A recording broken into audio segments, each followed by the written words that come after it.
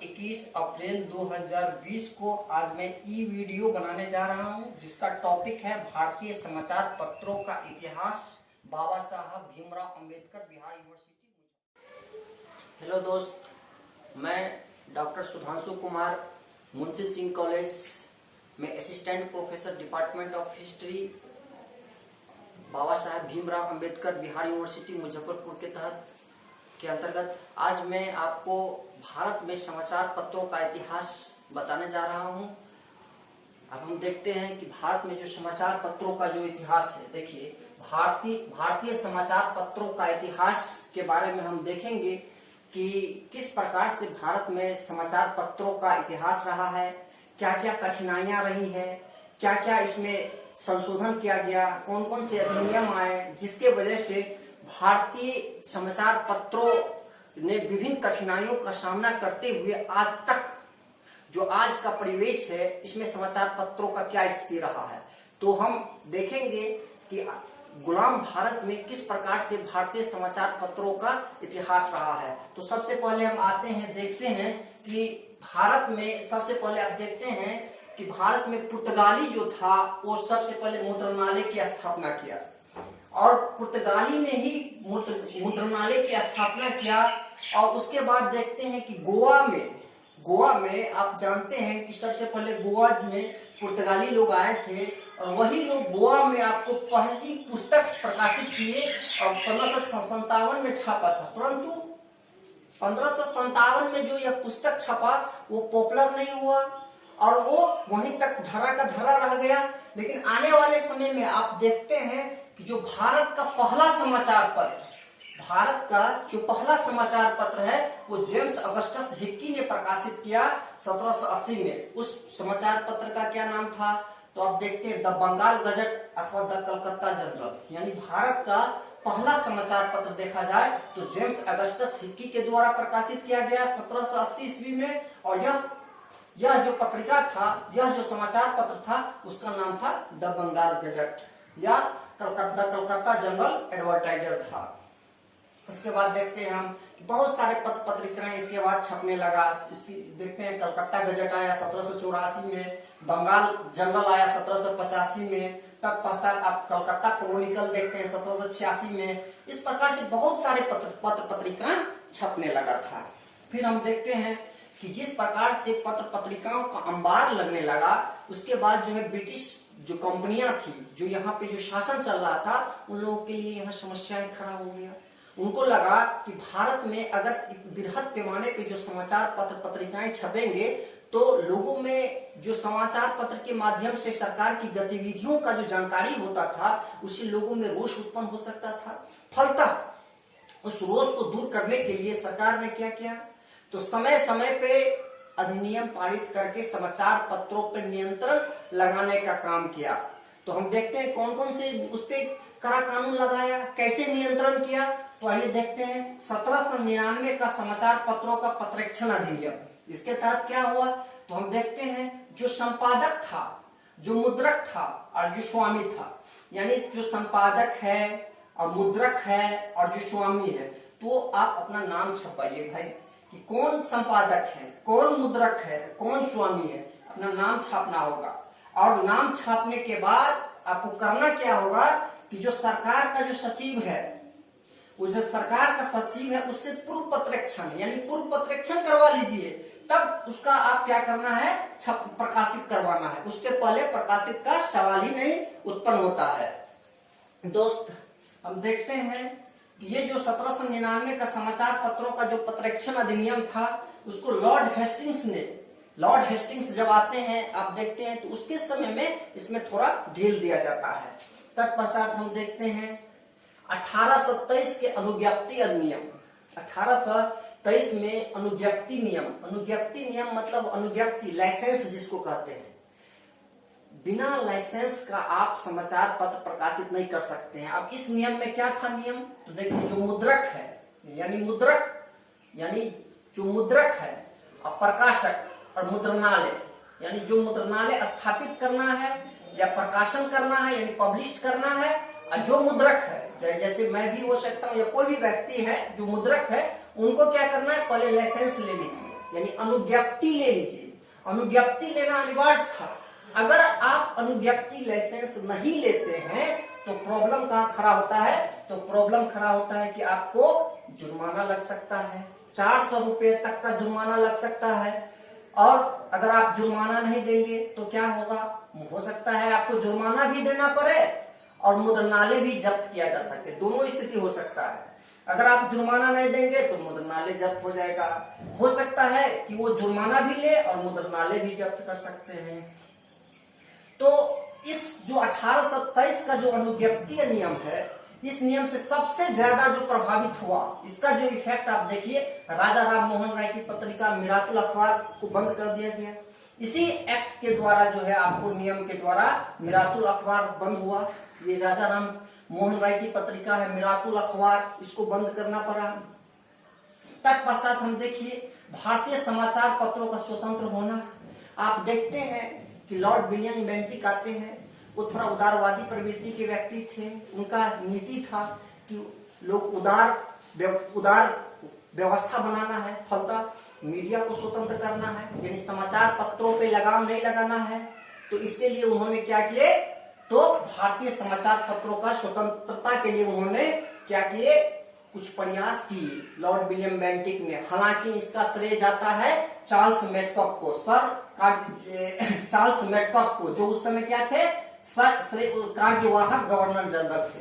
कार्यवाहक governor general थे sir Charles Metcalfe. और इन्हीं को क्या कहा जाता है?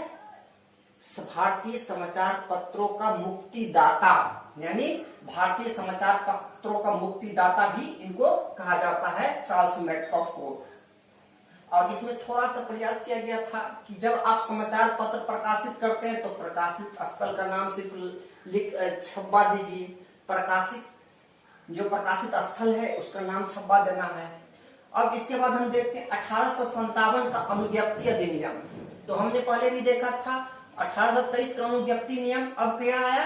1857 का अनुज्ञप्ति अधिनियम। प्रॉब्लम क्या था? क्योंकि 1857 का विद्रोह हुआ था, तो 1857 के विद्रोह को कंट्रोल करने के लिए उन्होंने क्या किया? 1857 का अनुज्ञप्ति अधिनियम लाया। क्योंकि हो क्या रहा था, जिस प्रकार से 1857 का अधिनियम भारत में जिस प्रकार से अपना बिगुल फूंक रहा था, तो इससे क्या हो रहा था कि भारतीय जनमानस और ज्यादा उत्तेजित न हो, उसको नियंत्रण करने के लिए समाचार पत्रों पर नियंत्रण करना था। फलतः यह अधिनियम लाया गया, लेकिन यह अधिनियम ज्यादा दिनों तक नहीं रह पाया और 1 वर्ष के लिए ही रहा। 1 वर्ष के बाद यह स्वतः खत्म हो जाता है। तो इस प्रकार से मैंने देखा कि कैसे भारतीय जो कंपनी के द्वारा कंपनी शासन में कैसे मतलब समाचार पत्रों पे कंट्रोल किया गया, कैसे उसको नियंत्रण किया गया, और जिस प्रकार से कैसे उसको नियंत्रण किया गया, और जिस प्रकार से नियंत्रण किया गया वो निश्चित रूप से भारत जो ब्रिटिश कंपनी था उसके लिए एक बहुत ही समस्या का समाधान समझिए। अगर इस समाचार पत्रों पे नियंत्रण नहीं होता तो निश्चित रूप से भारत में जो 1947 में हमारा देश आजाद हुआ वो कहीं न कहीं बहुत समय पहले ही आजाद हो सकता था। तो अब हम देखते हैं कि अगला जो नियम आया ब्रिटिश गवर्नमेंट का जो नीति था कि भारतीय जो शासन प्रशासन, यानी आप देखते हैं 1858 की महारानी विक्टोरिया की घोषणा हुआ, तो यहाँ से कंपनी का शासन खत्म होता है और डायरेक्ट ब्रिटिश गवर्नमेंट का शासन शुरू होता है। तो ब्रिटिश गवर्नमेंट का शासन शुरू होता है, उसके बाद का जो समाचार पत्रों पे जो नियंत्रण किया गया है हम उसको देखते हैं। तो हम देखते हैं कि 1867 का जो पंजीकरण अधिनियम आया, तो इसमें कुछ खास नहीं था, यानी आपको समाचार पत्रों पे रोक नहीं लगाना था, समाचार पत्रों पे रोक नहीं लगाना था। करना क्या था, जो मुद्रक है, प्रकाशक है या जो मुद्रणालय है, उसको क्या करना है, उसके स्थान का नाम लिख डालना है।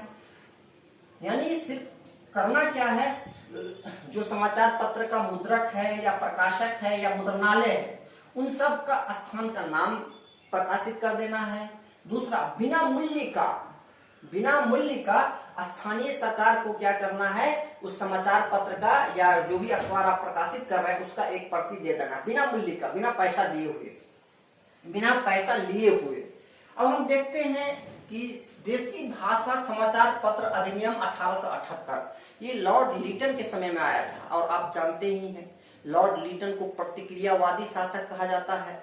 और यह इतने लॉर्ड लीटन जो है इतने कड़ा रुख अपनाया समाचार पत्र के क्षेत्र में, ताकि समाचार पत्र को गला घोटने वाला कानून कहा जाता है देसी भाषा समाचार पत्र अधिनियम।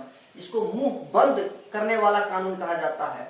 और इसके तहत क्या हुआ कि जो समाचार पत्र से संबंधित जो सारी प्रक्रिया था उन्होंने क्या किया, दंडनायक और स्थानीय सरकार के अधीन कर दिया। और दंडनायक को इतना अधिक शक्ति दे दिया कि इनका निर्णय ही अंतिम होगा। ना आप अपील कर सकते हैं, ना आप वकील रख सकते हैं, ना आप दलील कर सकते हैं। जिस प्रकार से देखते हैं 1919 का जो रोलेट एक्ट था, सिर्फ वही प्रावधान यहाँ पे लाके रख दिया था, है ना आप अपील कर सकते, यानी तमाम शक्ति दंडनायक में निहित कर दिया गया था। और इस प्रकार से ये क्या करते थे कि कोई भी समाचार पत्र को जब्त कर सकते थे, उन पे जुर्माना लगा सकते थे। तमाम प्रकार की शक्तियां दंडनायक में निहित कर दिया गया था। फलतः इसके द्वारा बहुत सारे समाचार पत्र जब्त हुआ था, जिसमें आप देख सकते हैं सोम प्रकाश, भारत मिहिर, ढाका प्रकाश, सहचर इत्यादि बहुत सारे पत्र पत्रिकाओं को इसमें आपको जब्त कर लिया गया। लेकिन जिस प्रकार से देसी भाषा समाचार पत्र अधिनियम 1878 आया, उसमें आप देखते हैं कि इतना जो सख्त समाचार पत्र अधिनियम था, इस समाचार पत्र को लॉर्ड रिपन के द्वारा इस अधिनियम को रद्द किया गया। और तब चूंकि आप जानते हैं कि लॉर्ड रिपन भारतीय इसको उदारवादी कहा जाता है, और कई ऐसे इन्होंने कार्य किए जिसके कारण लॉर्ड रिपन को भारत का मसीहा भी कहा जा सकता है। तत्पश्चात आप देखते हैं 1908 का समाचार पत्र अधिनियम। आप जानते हैं कि 1905 में बंगाल विभाजन हुआ, और जिस प्रकार से जितने भी पत्र पत्रिकाएं प्रकाशित होता था अक्सर वो बंगाल से ही प्रकाशित हो रहा था। फलतः इस जो बंगाल विभाजन से जिस प्रकार से देश में समस्याएं उत्पन्न हो रही थी, उस समस्याओं को खत्म करने के लिए आपको 1908 का समाचार पत्र अधिनियम लाया, ताकि लोगों में गुस्सा न हो, लोग सड़क पे नहीं आए, सरकार के खिलाफ बिगुल न फूंक सके। फलतः 1908 का समाचार पत्र अधिनियम आया ताकि आंदोलन को कमजोर किया जा सके। आप देखते हैं तत्पश्चात आता है 1910 का भारतीय समाचार पत्र अधिनियम। इसके द्वारा क्या हुआ, जो लीटन का 1878 जो देखते हैं देसी भाषा समाचार पत्र अधिनियम, उस देसी भाषा समाचार पत्र अधिनियम को इसमें 1910 का भारतीय समाचार पत्र अधिनियम में दोहराया गया था। और इसमें हुआ क्या कि आपको एक व्यवस्था किया गया था, यानी अपील का प्रावधान किया गया था। जिस प्रकार से देसी भाषा समाचार पत्र अधिनियम कड़ा या सख्त रुख अपनाए थे लीटन ने, उसमें थोड़ा सा एक प्रावधान कर दिया अपील का प्रावधान। नहीं तो ये 1878 के जो तमाम बात थे 1910 का भारतीय समाचार पत्र अधिनियम में भी सेम बात देखा जा सकता है। इसके बाद हम देखते हैं कि 1921 में आपको तेज बहादुर सप्रू जो उस समय के विधि सदस्य थे, इनके नेतृत्व में आपको एक कमेटी गठित किया गया, और इन्हीं के प्रयास से 1908 का एक्ट और 1910 का एक्ट को निरस्त किया गया। ये जो 1908 का अधिनियम था और 1910 का अधिनियम निरस्त हुआ। किनके प्रयास से? तेज बहादुर सप्रू जी के प्रयास से ये कार्य सफल हुआ। तत्पश्चात हम देखते हैं कि 1930 में आप देखते हैं सविनय अवज्ञा आंदोलन की शुरुआत होता है। इस सविनय अवज्ञा आंदोलन को कमजोर करने के लिए, आंदोलन को जड़ से खत्म करने के लिए ब्रिटिश सरकार ने क्या किया, समाचार पत्रों पे कड़ा नियंत्रण लगाया। और इसके लिए उन्होंने क्या किया, 1931 का समाचार पत्र अधिनियम लाया। इस अधिनियम को संकटकालीन शक्तियां, इसको क्या कहते हैं हम, संकटकालीन शक्तियां भी कहते हैं, ताकि आपको संकट के समय में आपको देश को उबारा जा सके। यानी भारतीय जिस प्रकार से आंदोलन के लिए सविनय अवज्ञा आंदोलन में आगे आ रहे थे, और जिस प्रकार से समाचार पत्रों के माध्यम से लोगों को आंदोलन हेतु उग्र किया जा रहा था, फलतः उस उग्रता को कंट्रोल करने के लिए, सरकारी अधीनता को मनवाने के लिए 1931 का समाचार पत्र अधिनियम लाया गया। और यह अधिनियम आप देखते हैं कि जब 1939 में द्वितीय विश्व युद्ध प्रारंभ होता है और इसी बीच भारतीय राष्ट्रीय आंदोलन का उग्र रूप हमें देखने को मिलता है। जैसे आप देखते हैं कि कई ऐसे इस बीच में प्रस्ताव आया, जैसे अगस्त प्रस्ताव 1940, 1942 का क्रिप्स मिशन प्रस्ताव, 1945 का बेबेल योजना, 1946 में कैबिनेट मिशन, फिर माउंटबेटन योजना। ये तमाम प्रकार का मूवमेंट यहाँ चलता है और यहाँ देखते हैं भारत छोड़ो मूवमेंट, ये सब भी मूवमेंट चलता है, जिसके कारण यह 1931 का समाचार पत्र अधिनियम 1945 तक रहा और 45 में जब द्वितीय विश्व युद्ध समाप्त हुआ तो इस 1931 का समाचार पत्र अधिनियम को भी समाप्त किया गया। आप देखते हैं जब देश आजाद हुआ 1947 में, तब समाचार पत्रों के दिशा में सरकार ने भी सोचा कि कुछ कार्य किया जाए। फलतः समाचार पत्र जांच समिति गठित किया 1947 में आजादी के बाद समाचार पत्र जांच समिति गठित किया और इसी जांच समिति के आधार रिकमेंडेशन के आधार पे आपको क्या किया, जितने पूर्व कानून था उस सब को समाप्त कर दिया गया है ना, ताकि समाचार पत्र मुक्त दिशा में कार्य कर सके, स्वतंत्र होकर कार्य कर सके। हम देखते हैं कि 1951 का समाचार पत्र अधिनियम, ये जो 1867 देखते हैं आप, 1867 का जो पंजीकरण अधिनियम था, इसी को 1951 के समाचार पत्र अधिनियम में कुछ बहुत सारे प्रावधान में लागू किया गया था, परंतु भारतीयों ने काफी विरोध किया। तत्पश्चात क्या होता है आपको कि जीएस राज्याध्यक्षा की अध्यक्षता में एक कमेटी गठित किया और इन्हीं की कमेटी के रिकमेंडेशन पे 1954 में आपको क्या हुआ कि इनका रिकमेंडेशन माना गया और इसी रिकमेंडेशन के आधार पे आपको मीडिया को यानी समाचार पत्र को स्वतंत्र किया गया और इसको चौथा स्तंभ, जो मीडिया को आज हम चौथा स्तंभ देखते हैं, जिस प्रकार से देश में 3-4 प्रकार का जो कार्य होता है, जैसे विधायिका, न्यायपालिका, कार्यपालिका और मीडिया, तो मीडिया एक चौथा स्तंभ के रूप में स्वतंत्र होकर कार्य कर रहा है। इसी प्रकार से देखते हैं 1956 का समाचार पत्रों का पन्ना एवं मूल्य अधिनियम, फिर 1960 का संसद कार्यवाही अधिनियम पारित है। इस प्रकार से आपको मैंने पूरा भारतीय समाचार पत्रों का इतिहास बताया और कैसे कैसे भारतीय समाचार पत्र आजादी से पहले और आजादी के बाद कैसे अपने मूल स्वरूप में आया, मैंने आपको ये बताया। और इस प्रकार से आपको ये वीडियो अच्छा लगा होगा। और एक और बात भाई, आप जाते जाते इस वीडियो को लाइक एंड सब्सक्राइब अवश्य कर देंगे। Thank you.